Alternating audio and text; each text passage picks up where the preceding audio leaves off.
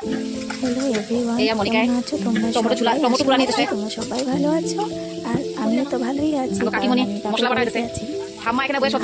Birthday ভুরিভোজের আয়োজন মামার বাড়িতে সবাই মিলে কেমন করে আনন্দ করে কাজ করছি। সবাই আনন্দ করে কাজ করার মজাই আলাদা। আর আমরা তো কেউ পিছিয়ে নিয়ে যখন আমার বৌদি রান্না করছে, আমি টমেটো পুড়িয়ে দিচ্ছি, আমার ছোটো বৌদি বানাচ্ছে, আমার দিদি আছে, মামি এদিকে তরকারি কাটছে, এদিকে আমাদের জোজো মানে আমার দিদির জোজো মামা শুয়েছে, মামা তো অসুস্থ। আর এদিকে দেখো আমার দিদি বাসন ধুচ্ছে। আর পিছনে একটা নদী আছে, আর ওই পাশটাতে পুরো পাহাড়, কারণ আমরা পাহাড়ের আশেপাশে আছি, যেহেতু নদী আছে তার ওই পাশে পাহাড়। ভীষণ ভালো লাগে আমার এই পরিবেশটা। আমার বাপের বাড়ির পরিবেশ সত্যি সবারই ভালো লাগে, তেমনি আমারও ভালো লাগে। আমার বাপের বাড়ি, মামার বাড়ি, মাসির বাড়ি বললামই তো একটাই উৎসব। আজকে দুপুরবেলা ভুরিভোজের আয়োজন, বার্থডে পরের দিন। দেখো রান্না হচ্ছে, মাছ ভাজা হচ্ছে, এদিকে মিক্স ভেজ, এই যে মাছ ভাজা, এটা কাতলা মাছ, মাছের পোস্ত দিয়ে হবে। তারপরে আজ হান্ডি মাটন হবে, সেটা আমার দাদা রান্না করবে। তার জন্য বদিকে এখান থেকে আলুটা ভেজে দিচ্ছে লাল লাল করে, আর তার পাশে বদি মাছটা রান্না করে নিচ্ছে দিয়ে পোস্ত বাটা। রান্না বান্না হচ্ছে, কিন্তু সব মিশে বলছে। আমি একটু ধামালি করে বলে আর কি আমাদের সাথে, কিন্তু বাংলা বলে পারবে না, কেন বাংলা কিন্তু এসএমএস বলে বেশি আমাদের সাথে মজা করে বলে আর কি। আমি দেখে মাছের সব মশলা দেওয়া হয়ে গেছে, দিয়ে দিচ্ছে, সবাই মিলে গল্প করছি। আর আমার একটা ভিডিও এসছে, সবাই মিলে গল্প করছি আর এভাবে মজা করে আর কাজ করে যাচ্ছি। সবাই আছে কিন্তু, হ্যাঁ আমার মাও আছে, মামিও আছে, সবাই আছে।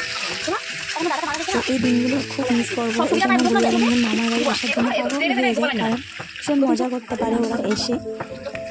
আর আমাকে দাদারা সত্যি বলতে ভীষণ মজা করে। আর আমরা সবাই ফ্রি, আমরা ভাই বোনে তো সবাই মিলেমিশে মজা করে আর কি, কোনো লজ্জা টজ্জা নেই আমাদের। এদিকে হবে হান্ডি মাটন। এই যে আমার ভাই এসেছে যে লেখা থেকে, হ্যাঁ সে ম্যারিনেট করছে। আমি বলছি ভালো করে ম্যারিনেট করে, যে আমার দাদা, ছোটো দাদা, ও রান্না করবে মাংসটা। দেখতে থাকো তোমরা, আশা করছি একটা ভালো লাগবে। ভালো লাগলে একটা লাইক করে দিও, আর কমেন্ট করে মতামত ছোট্ট পরিবারে চলে এসে সাবস্ক্রাইব করে দিও, আমাকে একটু সাপোর্ট করো যাতে আমি একটু এগিয়ে যেতে পারি। আর আমার বাপের বাড়ি, মামার বাড়ির ব্লগটা কেমন লাগছে তোমরা আমাকে কমেন্ট করে জানিও প্লিজ। দেখতে থাকো।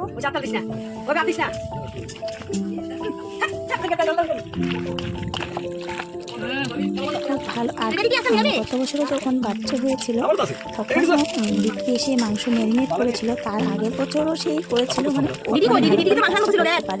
এই জন্য ওকে দিয়ে করানো হয়। আমাকে বলেছিলাম, আমি তো পারবোই না, দই দেওয়া হয়েছে মাংসতে, ওই ভালো করে ম্যারিনেট করছে। আর আমার বর তো বাড়ি যাওয়ার জন্য পাগল, আর ওকে তো না খেয়ে যেতে দিবেই না, আজ ও চলে যাবে লাগবেই। দিয়ে বৌদি এসে মশলা কষাচ্ছে, আমাকে বলছে একটু দেখিয়ে দাও। আর সে আবার বাইরে চলে যাচ্ছি, একটু দিয়ে দিয়েছে বাটার, রান্না হচ্ছে। এদিকে আমি রান্নাঘরেও যাচ্ছি, বাইরেও আসছি, মানে আমি তেজপাতা দিয়ে দিল আর কি, গোটা গরম মশলা, শুকনো লঙ্কা সবটাই দিয়েছে। আর বলো, মাংসটা না উনানে করলে বেশি টেস্ট হয়, আমি তো খাই না, তো আমি বলছি কেন আগে তো খেতাম, এখন না খাই না। যে মেখেছিল ভাই সে দিয়ে দিচ্ছে, কেউ হাত লাগাবে না, মেরে করেছে। দেখো ওকে দিয়ে আমরা ভীষণ মজা করি, কারণ আমরা সবাই মজা করেই থাকি।